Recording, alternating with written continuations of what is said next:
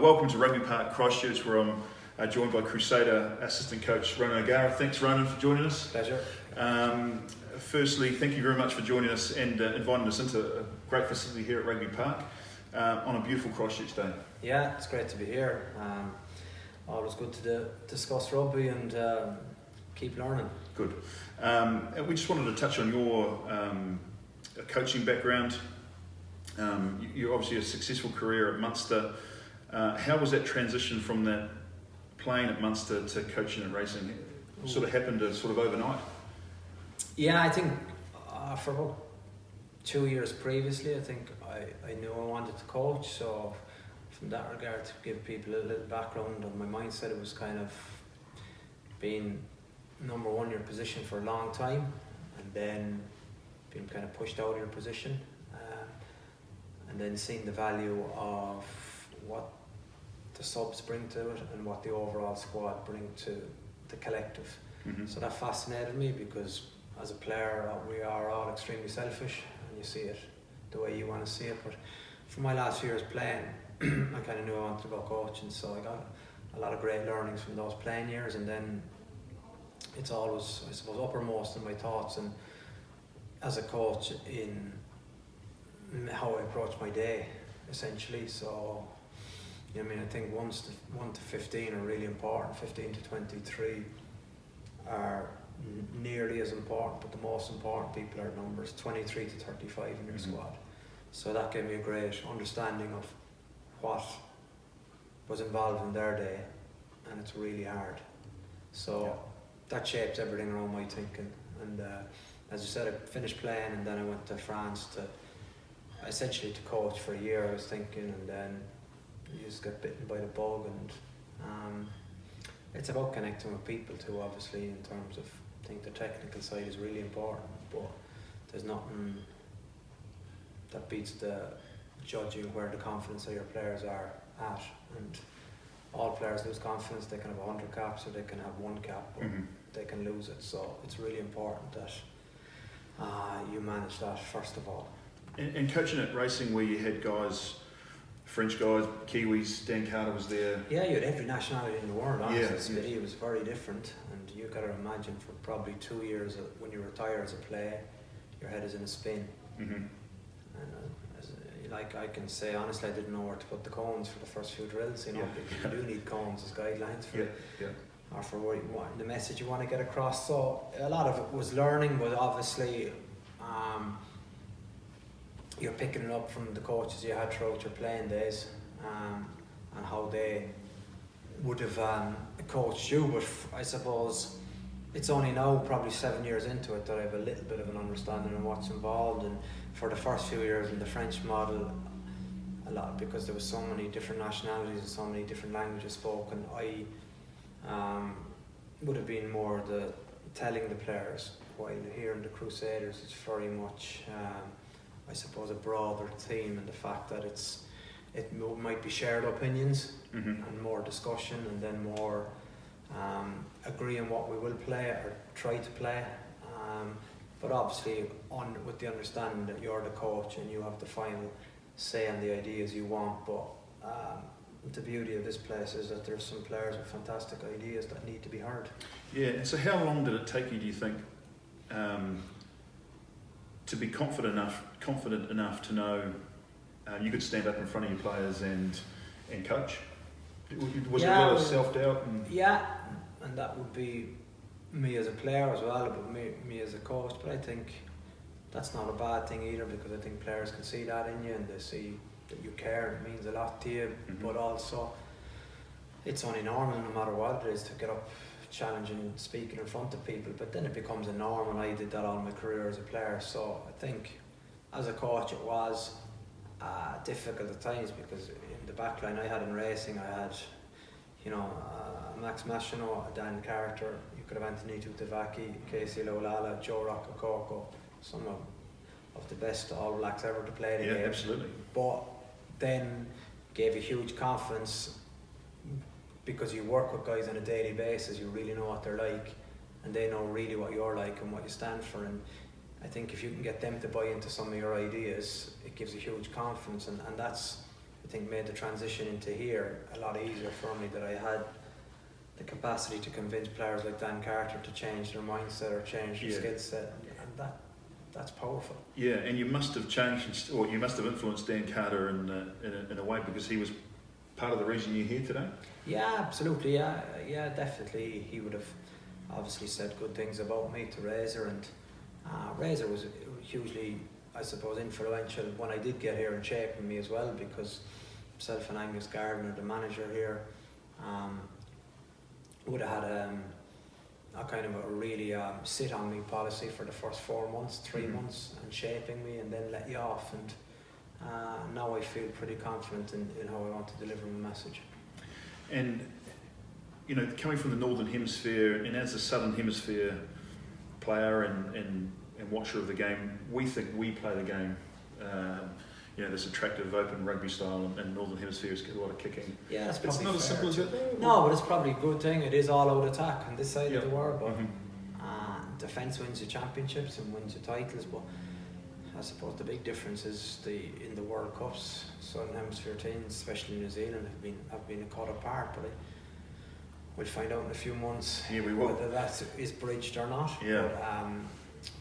But I think the world of rugby is very small at the minute, and there's some good people transferring between the hemispheres, and I think the ideas are becoming smaller and smaller, and it will be, because it's going to be a world game, and I suppose with the advent of technology, and everyone is catching up, or not catching up might be the wrong word, but I think the capacity or the potential to share ideas, we never had this before, because when I was a player, even 10 years ago, it still was a little bit different. But nowadays it's rugby is on all the channels, it's everywhere, access to information is easier, but it's still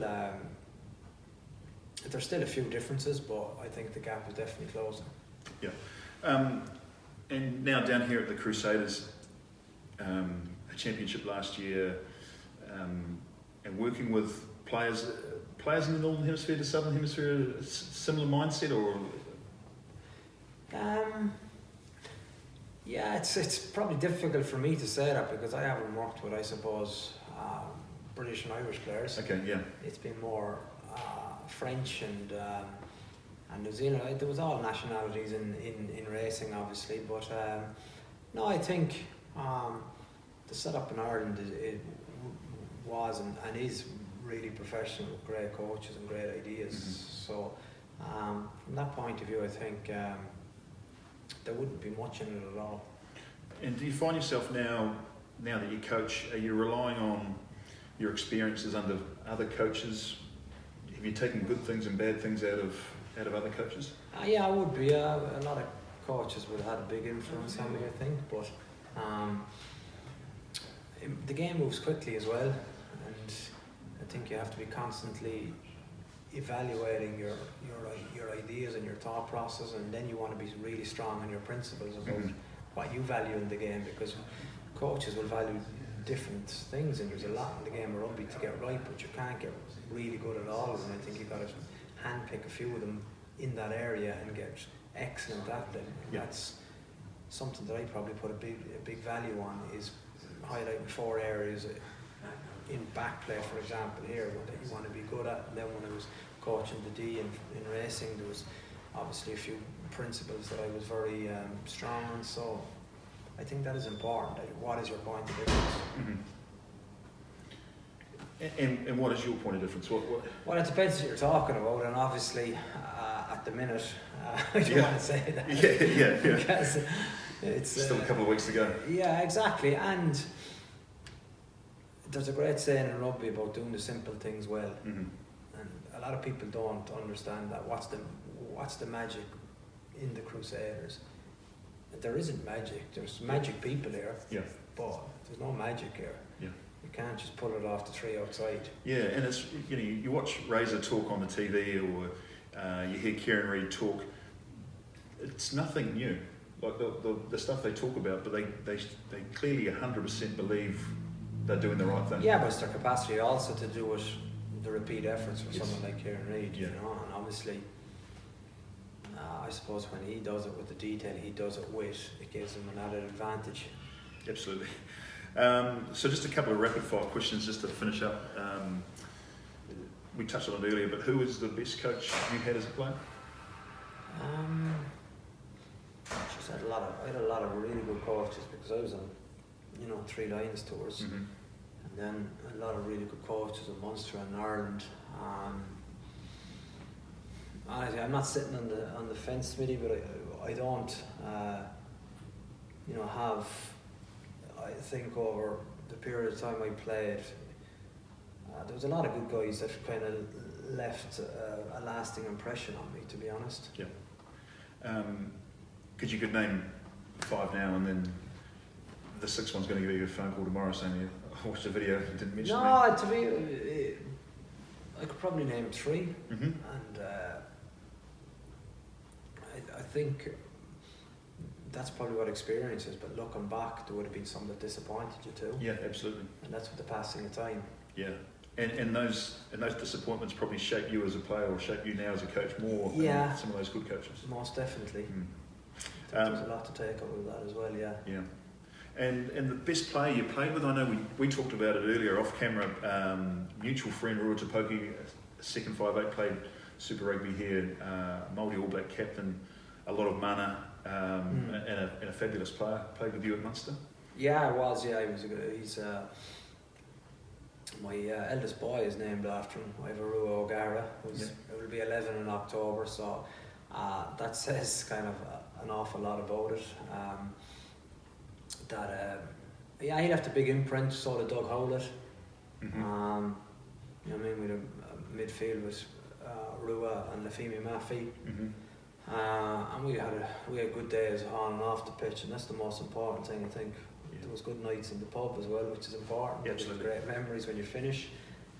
But I played with some great forwards as well in Munster. Obviously, there's the likes of Paul O'Connell, and then there was Brian O'Driscoll with Ireland. So it's I played at a great time. Yeah. And if you could pull out 2 or 3 games that you can remember as being I can give you them. Yeah, winning the Heineken Cups, the European Cup in 06 and 08, and winning the Grand Slam in 09. There are 3 games, 3 of them were in the Millennium Stadium, so packed with passionate Munster and Irish supporters. It's easy to pick them. Yep. So when the All Blacks play Australia, like we hate the Australians, or a lot of respect, and it's always a good battle against South Africa. But for an Irishman, is it the English? Is it the French? It's traditionally the English, because it's kind of geared as David versus Goliath, but that is gone now, thankfully. And our record against them has been very good for the last 20 years.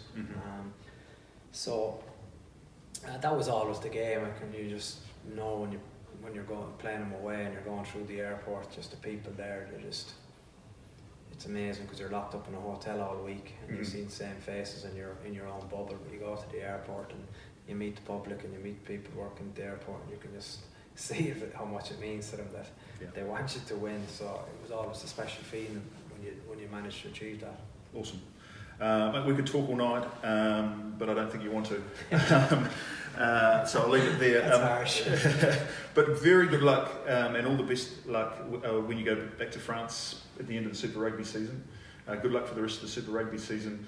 And the Crusaders, obviously, versus Hurricanes on Saturday night, a big semi-final. Best of luck with that. Thank you very much for your time. Pleasure. Thank you. Thanks, mate.